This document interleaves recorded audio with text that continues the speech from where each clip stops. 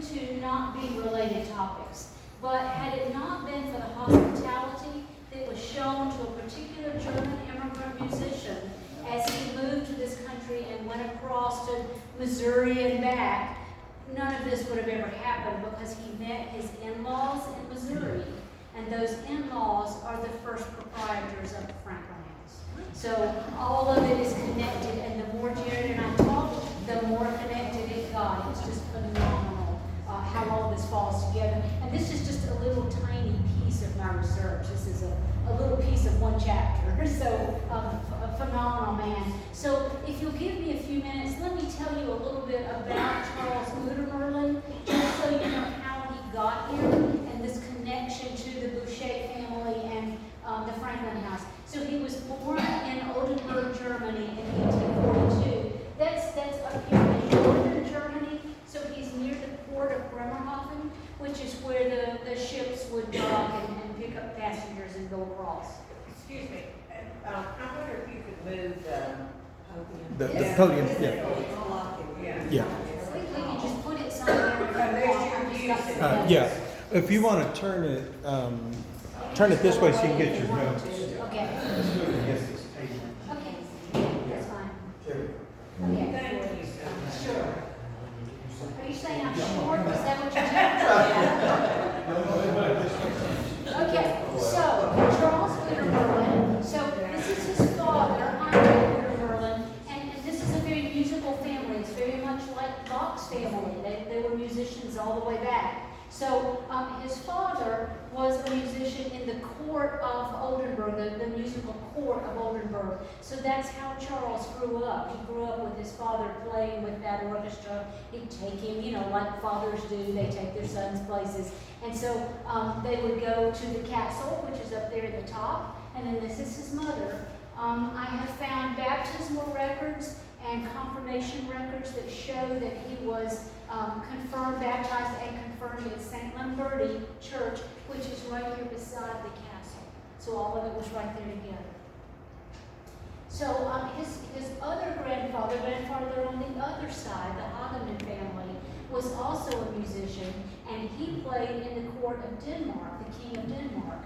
So he would play in that orchestra, and he gave Charles, this is Charles, when he's 5 years old, he gave him his first violin. It's a half-size violin, and encouraged him, so he taught him the first year. Then Charles worked with his brother, half-brother, Auguste. Now, Charles's family died out. His grandchildren had no children.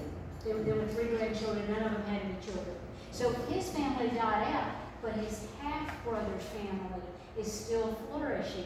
And I had a chance to Zoom with Auguste's great-granddaughter, who's a retired professor at Cornell, and we had a ball. So a lot of what I'm researching is going to be for her grandchildren. I want them to have that family history. So he then studied with Auguste for 4 years, and Auguste became a famous organist in the Netherlands. So all of these people connected as musicians. Charles would play with his father many times in the orchestra. By the time he was 12 years old, he was playing solo violin music for the Duke. And that was under the leadership of Auguste Pott. Then, at 15, he graduated, he was confirmed in the Lutheran Church, and he left for Berlin and studied at the Stern Conservatory.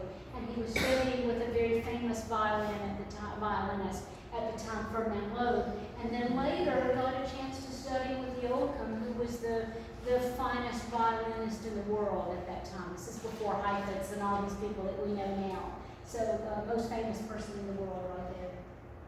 He did his military service, and this is him in his Hussar uniform. All of these pictures were kept. And so he fought in the Battle of Langensalza, and Langensalza was the next to the last battle of the Austro-Prussian War, which is 5 years before the unity of Germany, before it became the Germany that we know now. Unfortunately, he was fighting on the Austrian side, and they lost. So they took away his sword and his gun and his horse, because he was cavalry. He was trumpeter, and the hussars were cavalry people. But they let him keep his horn. And so he's fine. He's going to go on with his horn. Okay, so he and his buddies go out to try to find work.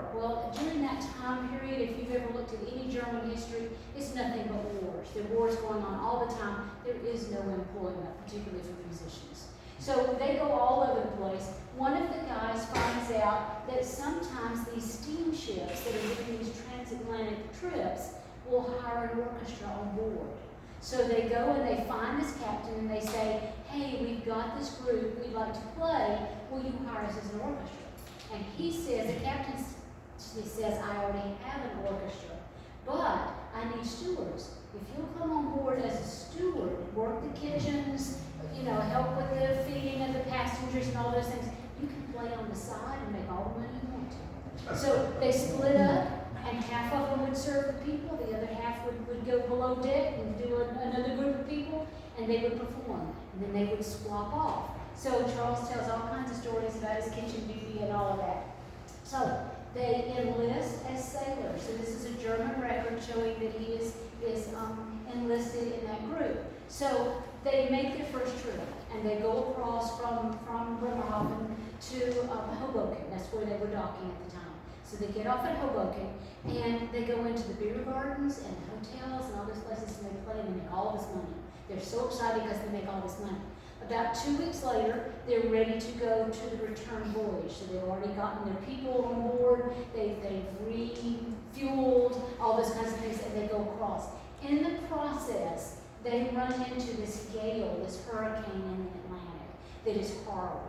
It's just a horrible thing. There are people on board who were killed. I was telling Jared, it was a Catholic man who died. They did a service for him. These guys are Lutheran. They don't know any Catholic hymns. So they did Lutheran hymns for this Catholic service. But they played every chance they got. They were so late getting back to where they were supposed to be that the turnaround time was 0. They refueled, and the people were already ready to board, and they came back across. So they never got to get off and go see their families. They never got to do anything with that. So they make the second trip across. And when they come across this time, the guys say, let's go into New York proper and play in the Bowery. And this is a time when the Bowery was a good place. Okay, had lots of German immigrants. This is a great place to make tons and tons of money. The captain said, you can't go. I forbid you to go play in the Bowery. Well, they got mad and they jumped ship. Well, what they didn't know is in 1863, there was a union. The musicians had gotten together, and there was a union. They didn't want people coming over and playing for low dollar. They wanted to set a price, and this is how much they paid. So they evidently got into the union because they jumped ship. So at 26 years old, here's Charles Oudermerlin in a new country, never saw Germany again, never stepped in Germany again, never saw his mother again. That was the end of the German part of his life. And they go here. So he finds work. So this is from a German New York newspaper, and you can see that it's National Garden, one of the beer gardens, and right here it says Herr Oudermerlin. Okay? It turns out there is a group of people in New York who have kind of mined these German newspapers, and there are 36 listings of him actually conducting. What I knew was he played in New York. I didn't know he conducted. So he conducted in New York. It just bumper to bumper people. They're everywhere. There are all kinds of different gardens he can play in. So he played in all these different gardens. He even did blackface minstrel shows. I mean, if you could make money doing music, he's there. Okay? So all of that's going on. While he's there, he also gets a chance to play in the orchestra of Theodore Thomas.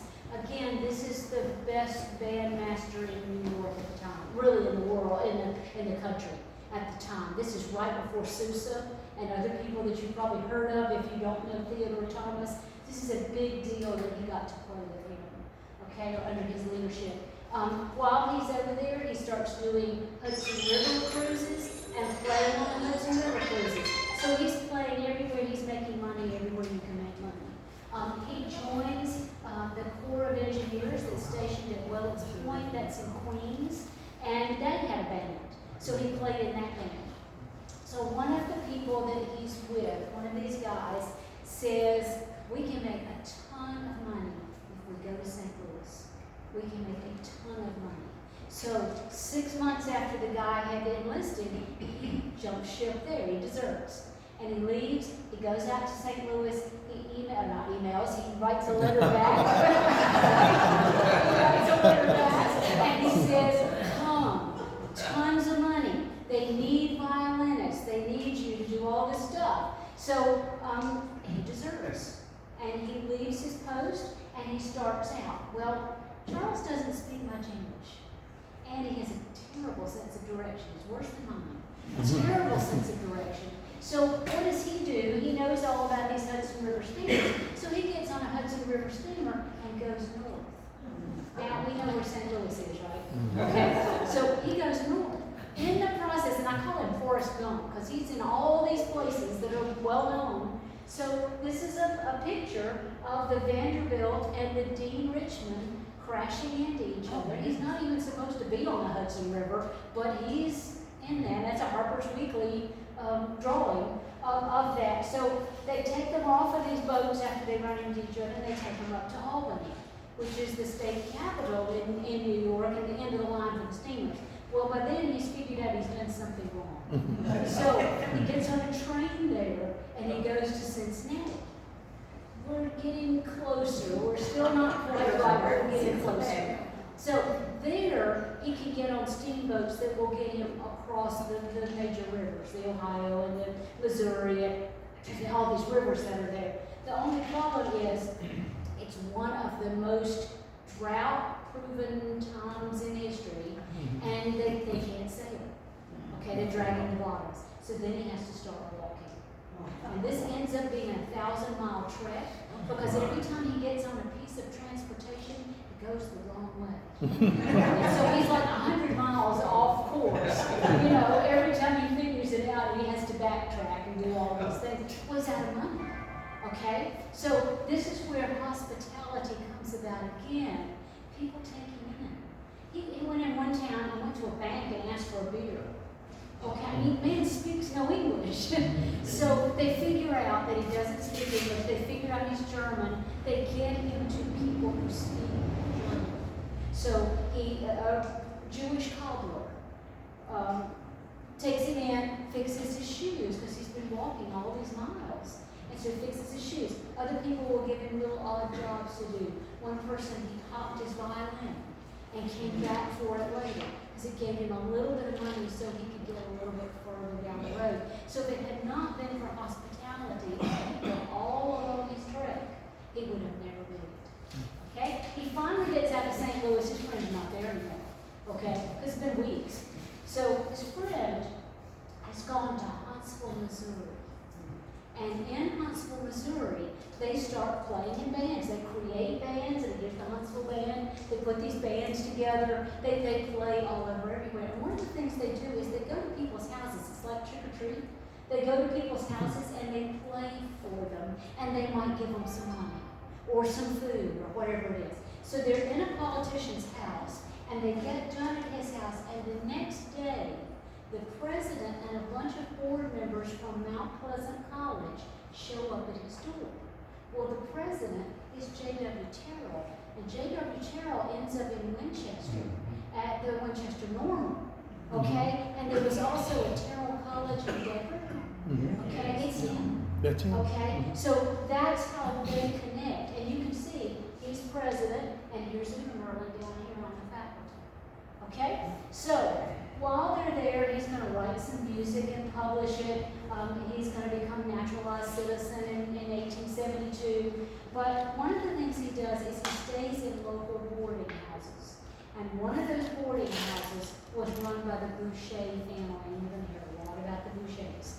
Okay? So he's with them. They had 4 daughters. One died before they moved to this area of the country.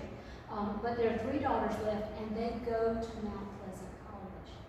So Charles takes a liking to Georgia, the oldest daughter, and she's in the Baptist Church choir. He's conducting that choir. She's in his music classes, and he's also teaching shorthand. They ask him to teach shorthand, and he says, I don't know any shorthand.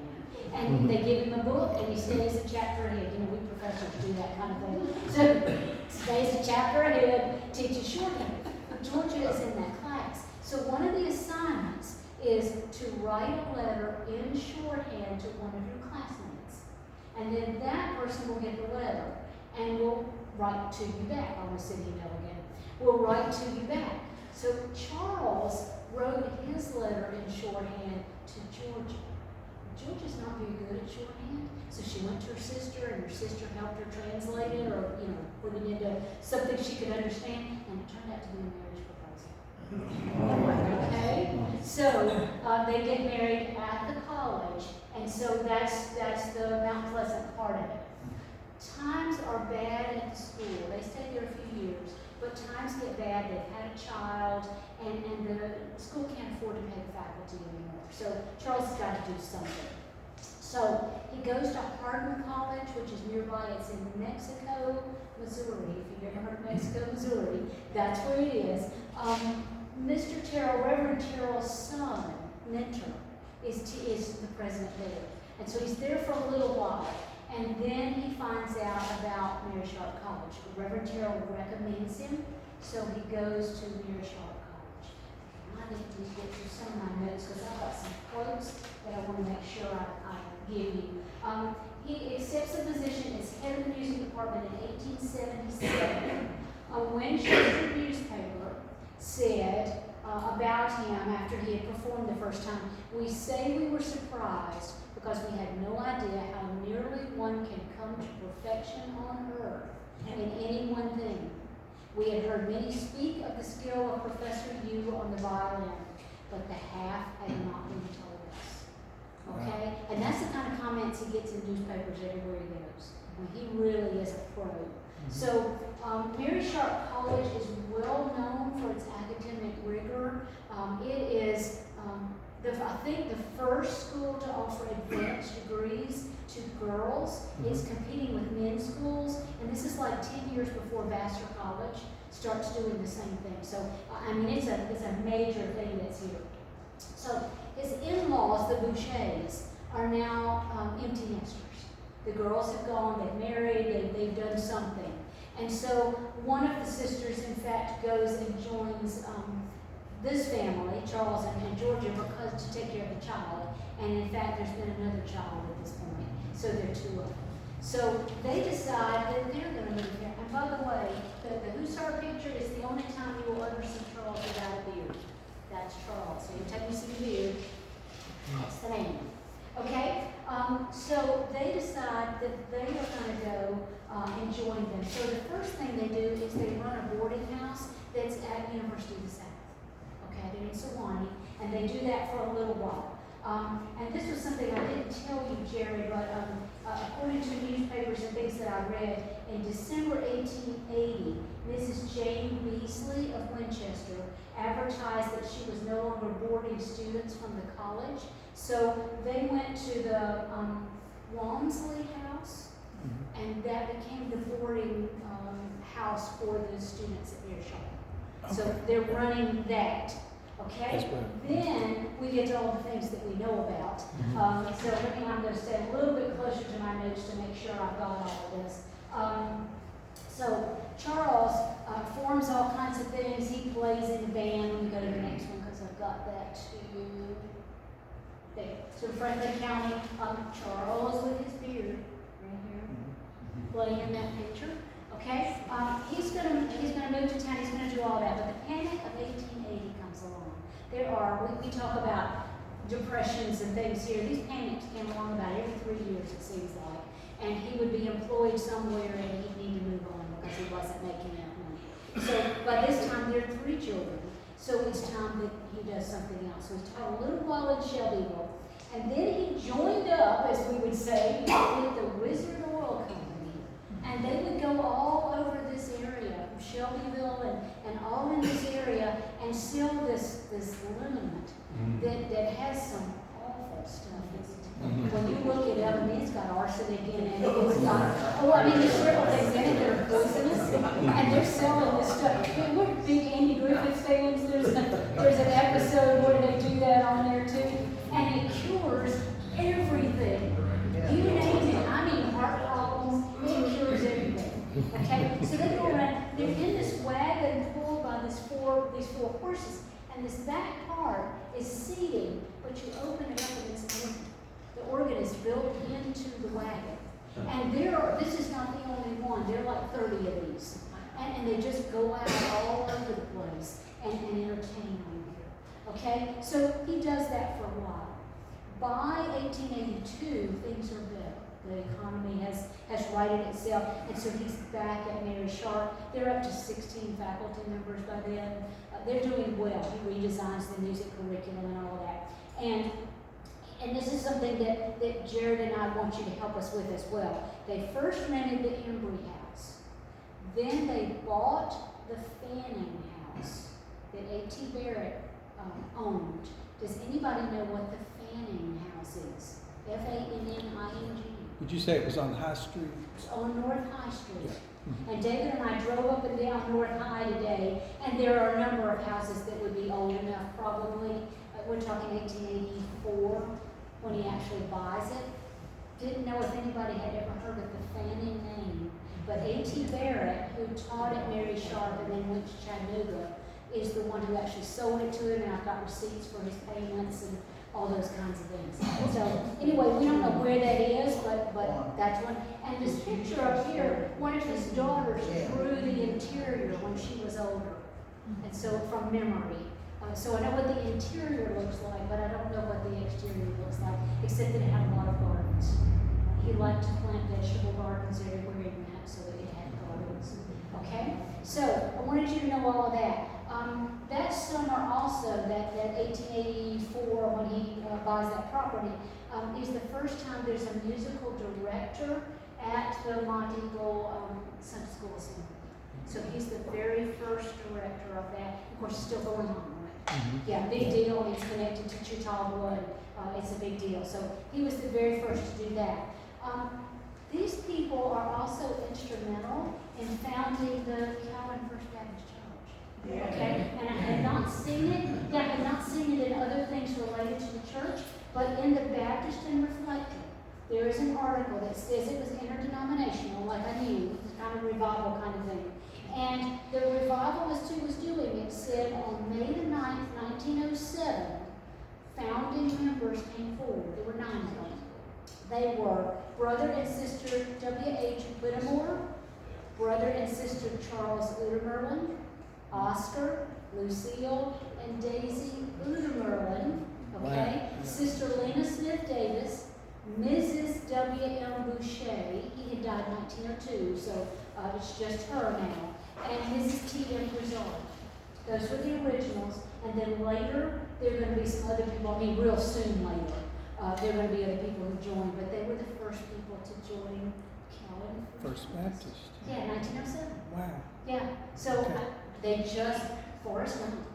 I mean, he just keeps showing up everywhere you turn. So every time I looked at something, Georgia becomes the president of the Missionary Ladies Society at the new church. So evidently the first to do that. So Georgia and Merlin. Okay, so it's going really, really well. But in 1887, there is talk of moving Mary Sharp to Chattanooga, and the newspapers are full of this stuff. You were talking about University of the South, possibility on Lookout Mountain. Mm-hmm. That same property was offered to Mary Sharp. Oh, It wow. almost moved there. They almost moved there. It almost Wow. moved there. Okay. There are Chattanooga papers that say it's a done deal, it's going to happen. There are Winchester papers that say over my dead body. Okay? Winchester was not giving up Mary Sharp College. Mhm. They were not giving up Mary Sharp. It could die first, which it did. But because it didn't die, it's a whole lot longer than that. But so it continued, this fight. The Baptists are fighting among themselves at their Baptist conventions over Mary Sharp College. I mean, the newspapers are just full of this stuff. Okay? So it would have been a good thing for enrollment, even though enrollment was doing well. They were running into space. It would have been good for enrollment to move to Chattanooga. Other than that, there was no positive thing about it. Winchester was keeping the school. So the faculty resigned. It just became such an issue that the faculty resigned, and then a financial crisis of 1893 comes along, and Mary Sharp just can't make it after that. They've lost their faculty. By 1896, they've completely closed their doors. Okay, they become what elementary school. I went by, took pictures. It's the Board of Education now, right? Okay, so I went and did that. Okay, but let's get back to the Bouchers because that's what I'm supposed to be talking about. Okay, so we're up to where we need to be now. Okay, so these are the Bouchers. Here are his sisters, this youngest sister, and that's an odd thing that they put on there. That face doesn't look right. She dies young, okay, and dies before they get this far. So these are the three living ones, Georgia being the oldest one. Okay, so William and Sophia Boucher. So well, there's his beard. As a young person, he does the California Gold Rush. I mean, they all do whatever it is that you do. All he got out of it was broken arm. He didn't come back with just broken arm. Okay, a little bit about him. Excuse me, so you know where he came from. Born in Randolph County, Missouri, which is also where Reverend Terrell was born. His father served in the War of 1812.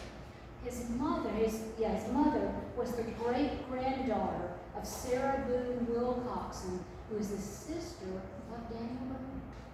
I mean, Daniel Boone. Daniel Boone? Yeah. Yeah. So related to Daniel Boone, they're related to everybody. Okay? Yeah. The family kept doing research. They tried to be related to George Washington and Robert E. Lee. I don't think they ever got any of those connections, but this is a definite connection. I've brought some things that you can look at. All the stuff that I've gotten, I've tried to put in protective covers and those kinds of things because I'm trying to preserve it. Some of it, the writing is faded already, but I'm trying to preserve it. But there's some genealogical trees and some things like that so you can see where these people came from. Okay, so he does all of that and he doesn't get anything out of that. So William Bouchers are married in 1853. And then he goes and serves in the Civil War. So those are his Civil War papers.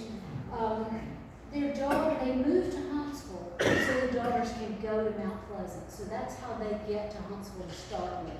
That's in 1871. But while they're there, the Bouchers run that boarding house as well from 1871 to 77. So these are seasoned people. They know what they're doing. Okay, they know how to run all these boarding houses. All right, then we get up to things that you know already. Okay, I think it's good. Nope, I didn't. Okay, so these are things that you know already. The Tennessee Coal and Iron Company creates the furnace in Cowan in 1881.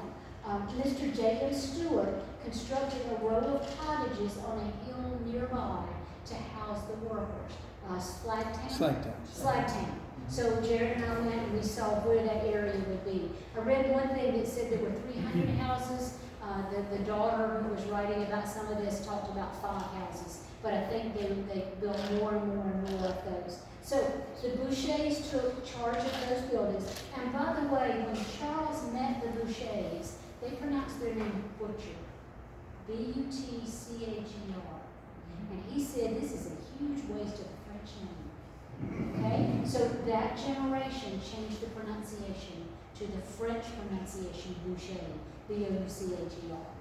Okay, so they served these incredible meals at those cottages. There was something that they nicknamed the Hillside Dining Room. We were talking about that dining room.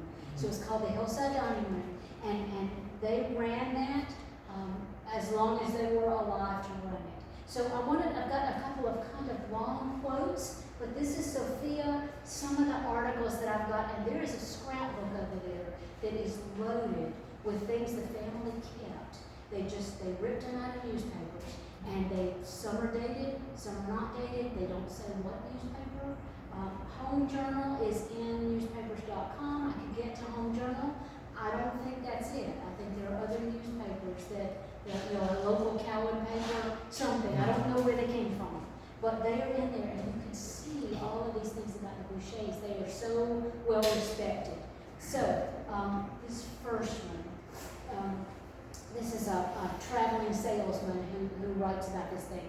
He says, one very warm August afternoon in the early 80s, 2 tired and dusty, if not dirty, Knights of the Grip, little Joe Hawkins and I, jumped from a later Tracy City combination passenger and freight express on its arrival at Cowan, hoping to catch the train coming to Nashville.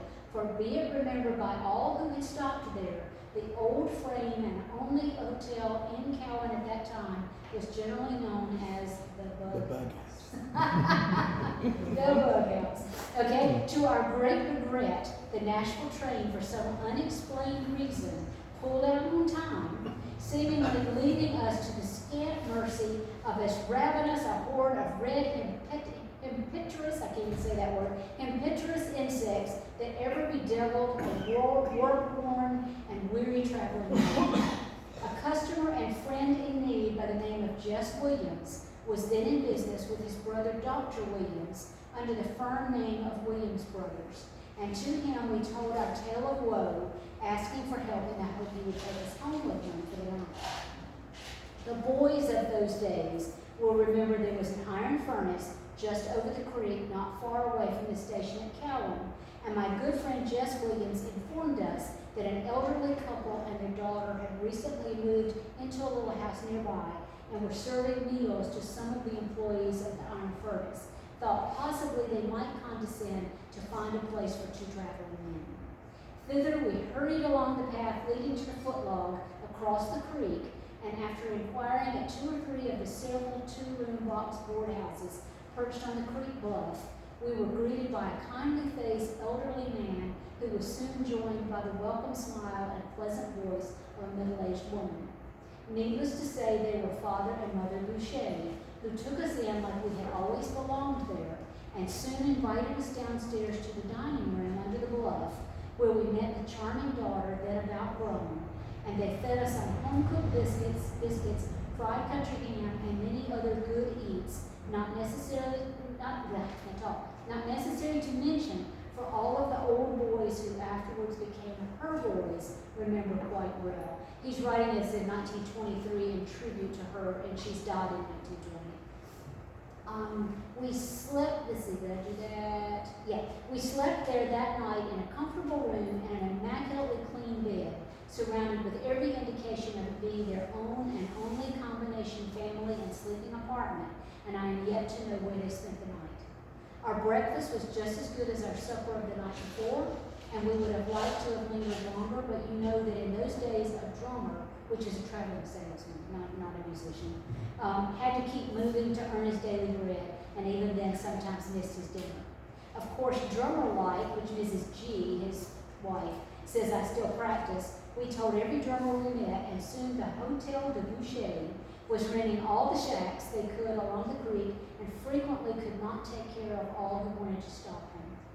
This fact was brought to the attention of Dr. Williams, heretofore mentioned, and he was induced to buy the lot and build a brick hotel still standing about opposite the station, especially for Father and Mother Boucher, the first who always met the trains, and the last, but by no means least, who in all ways extended a welcome hand, and with the help of the daughter, made you comfortable with both bed and board long after I lost my job for marrying a country girl who refused to live for or with a traveling man. Okay? So, based on her reputation, she was asked to take charge of the Franklin House. It was built by Drs. Williams and Sloan to serve meals to the passengers on NC and Samuel. So, completed in February 1885.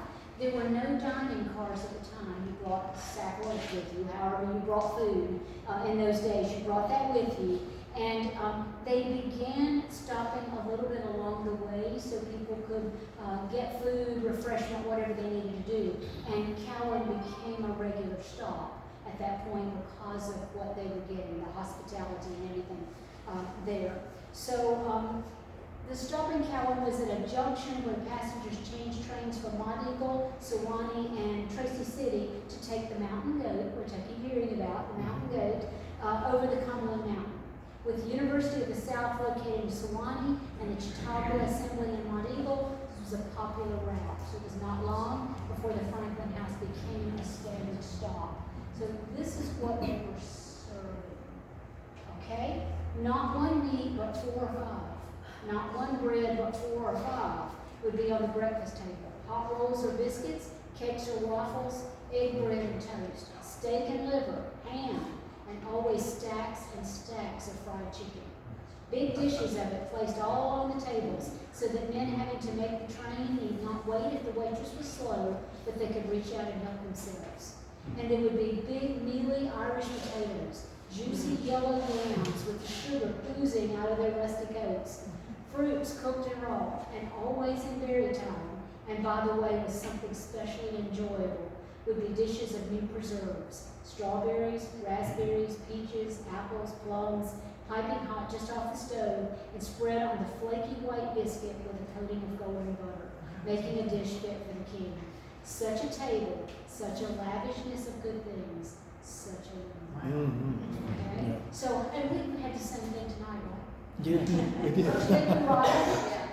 Okay, so family members spent a lot of time at the Franklin house, particularly the children, particularly his children. They would come and stay with their grandparents for the summer or whatever else. So they were here a lot. They had very fond memories. And in fact, late in life, many of them said this was the best part of their life. The time they were in Cowan and Winchester area. They really loved it here. Charles's younger daughter wrote this one, and this will be my last one that I'm going to read to you. But I want you to know what the Franklin house looked like, because when the Pearsons got a hold of it, it would have already been the fire of 1965. I don't know how much people know about the original, and his daughter describes it down to the hallway. So I don't think you want to go about rebuilding it.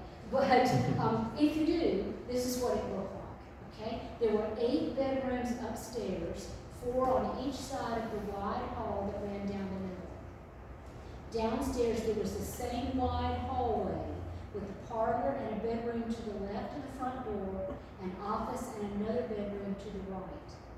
At the end of the hall, running crosswise, was the really important room of the house. This was the big dining room with double doors opening into it. Just before you got to those doors, the hallway made a turn to the right and led to a side door which opened into the little flower garden, which with Black Uncle Billy tending it was always bright and gay with clemas, coleus, geraniums, sweet williams, and the like. At first, there was a bedroom which opened off that little hall and also opened into the dining room, and Pa and Ma occupied it. But later on, the space was needed for the dining room, so the partition was removed and the dining room extended to the full width of the building. Sophia and William then moved into the bedroom behind the office, which was number 3. Opposite the dining room's big doors into the hall, there were swinging doors that led to the huge back porch. And opening onto it from the left and detached somewhat from the rest of the house was a big kitchen from where emanated those delectable smells that would come floating out over the neighborhood 3 times a day. Then there was the somewhat dampish, slightly woody smell that hovered around a cask of ice water in the side hall, just to the right of the dining room doors. A cedar bucket always sat on the floor under the spigot to catch the drip, which may explain the strangely musty yet pleasant odor one always encountered in that hallway.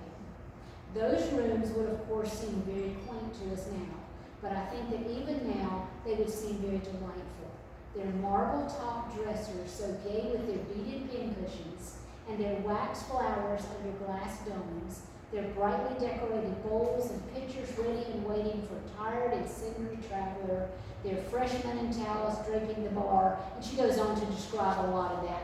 That the pillows had good morning on one side and good night on the other side embroidered. I mean, the whole bit. Yeah. Outside behind the kitchen, one could see a cedar in another guise. This time, the sharp perfume of the chips around the woodpile, where Uncle Billy and others of the darkies would split the kindling for the hotel's numerous fireplaces. Out there, too, were the barrels where they scalded the chickens. The scent of those wet feathers was a rancor, but very much a part of the hotel. Thousands of frying-sized roosters gave up their lives in that backyard. Rank, too, was the smell of the coal smoke that would come drifting over the depot at train time. But it was integral a part of the Franklin house as the fried chicken. And speaking of train time, there was a time to remember. There was always a sort of tension in the air around the hotel when old number 5, the supper train, would come puffing into the station. Will Morrell, and we're still discussing who the black man is who rang the bell. She calls him Will Morrell. His black face wreathed in smiles, his white-coated apron immaculate, would be outside with the big dinner bell. And the moment the train stopped, he would begin to swing it vigorously back and forth. So a description of what it looked like at the time. Now, when Sophia could no longer run the hotel, and she goes blind in both eyes, the first time in, I think, 1892, her husband dies in 1902, she goes blind in the other eye in 1905. So she just can no longer run it. Her daughter lives in Deckard, and so she goes and lives in Deckard and dies there when she's in 1920. But that's what's going on with all that. Okay, what I want to do, this is most everything. What I want to do is introduce you to these people. When I emailed to find out if I could get a copy of the Franklin House picture, all I was after was a picture of the Franklin House. That's all I wanted. And I wanted to ask permission to be able to use it and those kinds of things. I was told it was on Facebook. I'm not on Facebook, okay? So I got a friend to send it to me, and when she did, it was an enlarged picture. And when it came, I realized this is not just the Franklin House. Here's the man with the beard. What? The man with the beard is Professor Udermerlin. Okay? So, let me tell you who the people are in the picture. And I think I can date this to August 17th, 1899. I think that's when it is, based on the ages of people in the pictures, who's married, who's not married, who's still living, you know, those kinds of things. Okay, so this is Will. Will is the oldest child, and he married a week before to Kelly Dupree, who's from Mississippi. They were married in Mississippi, and according to the family, there was a party held in Cowan on August the 19th, which was exactly a week later. And she's holding a bouquet. I kept blowing these things up so I could see all the details. She's holding a bouquet. Okay, Will is going to go on to have various jobs, but basically he ends up arranging all of the music for the big silent movie theaters up and down the Eastern Coast. So he lives in all those states. He ends up in Miami. He's the last 15, 20 years of his life, he's in Miami arranging silent movie music for that. He has two daughters.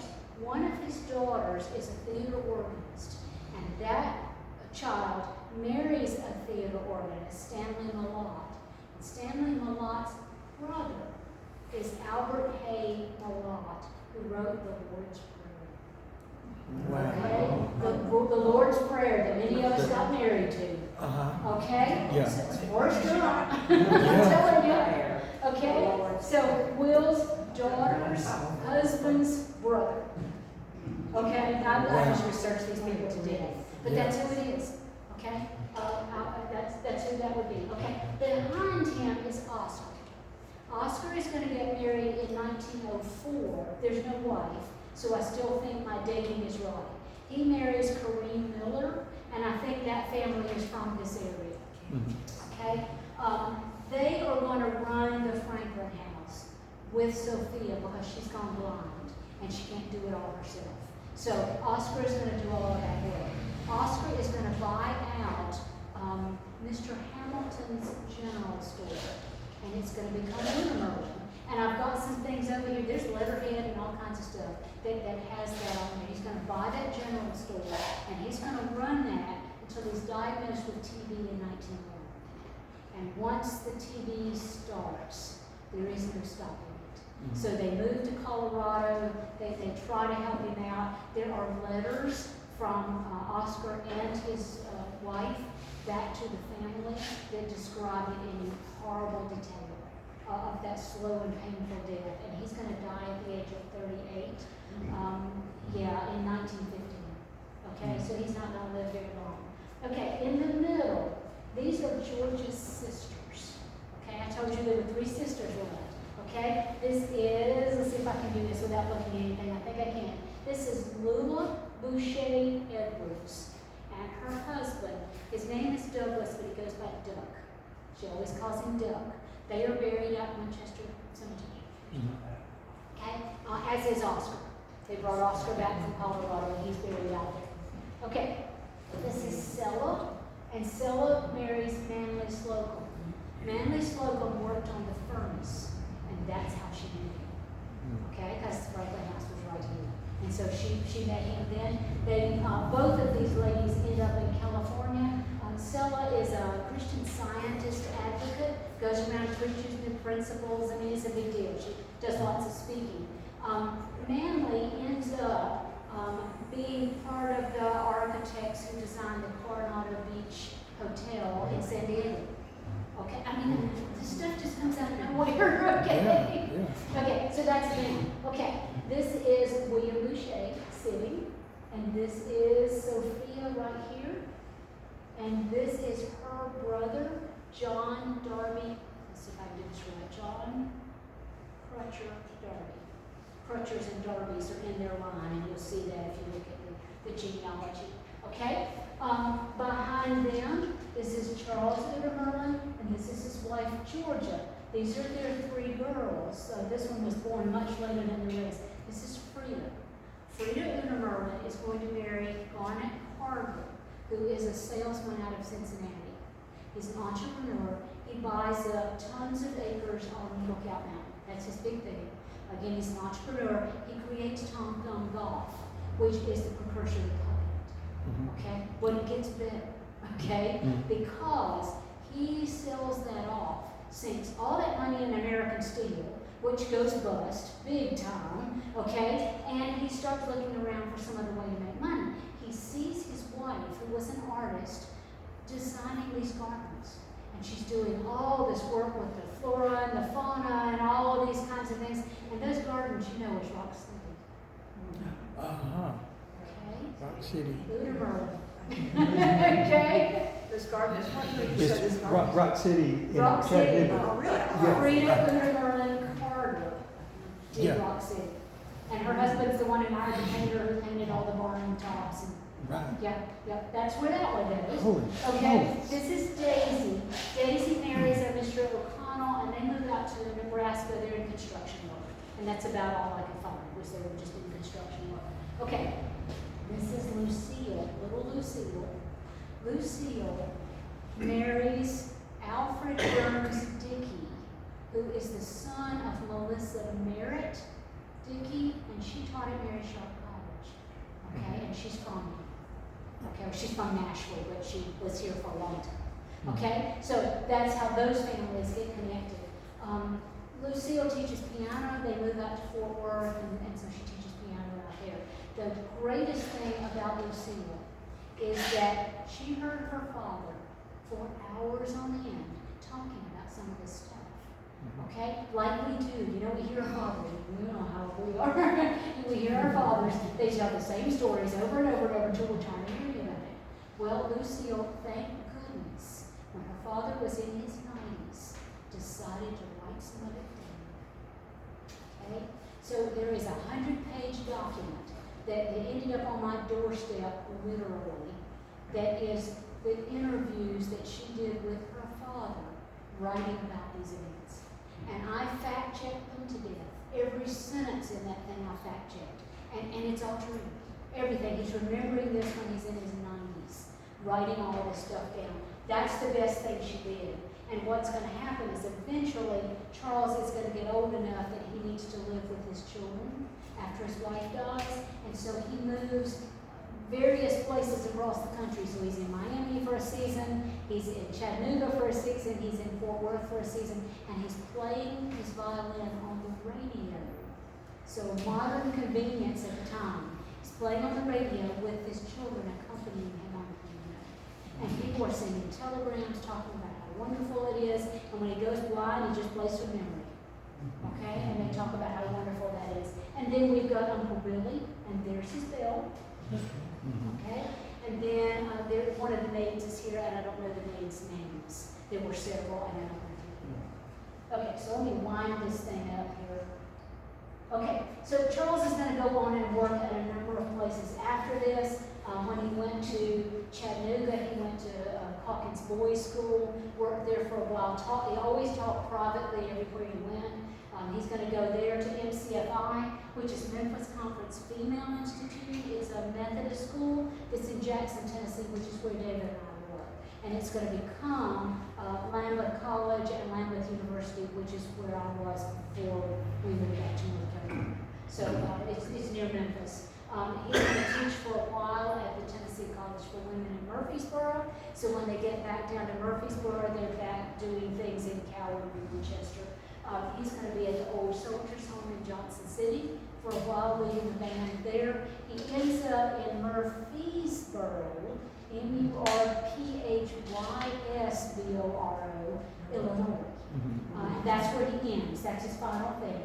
And his wife dies there, and they decide that he needs to live with the children after that, and that's when he moves those last few years of his life. So here's Charles. It's in his 90s, still holding his violin. They had several newspaper pictures taken of him, and so there he is with his death certificate. He died at Lucille's house in Fort Worth. They brought him back to Fairyland, which is the first article I found, and said, "What's a fairyland?" And that's when I found the Rock City Connection, because Fairyland is Rock City. It's Rock City. Okay, so that's how he ends up. And not only do you have the Franklin house, but these people are buried in your cemetery. And I went out and made sure, because this is another name that's probably familiar to you, Jean Bigger. I met her at a genealogy conference back in 1999 and was just starting this, and was telling her about this, and she tried to direct me to the cemetery. I'm not good with directions, and I ended up at the wrong cemetery, so I never found it. She felt so sorry for me that when she and her husband got home, they went out there and took pictures. They're on file grave now. I mean, you can get it easily now, but these are the pictures that she took, and so I've got those over there as well. But that's where we end up. So again, back to hospitality. Thank you all. Thank you for inviting me. Thank you for putting us up. This has been wonderful. And just remember that we all leave a footprint somewhere out there and a memory, and somebody's going to find us one of these days, and they're going to put it all together, and they're going to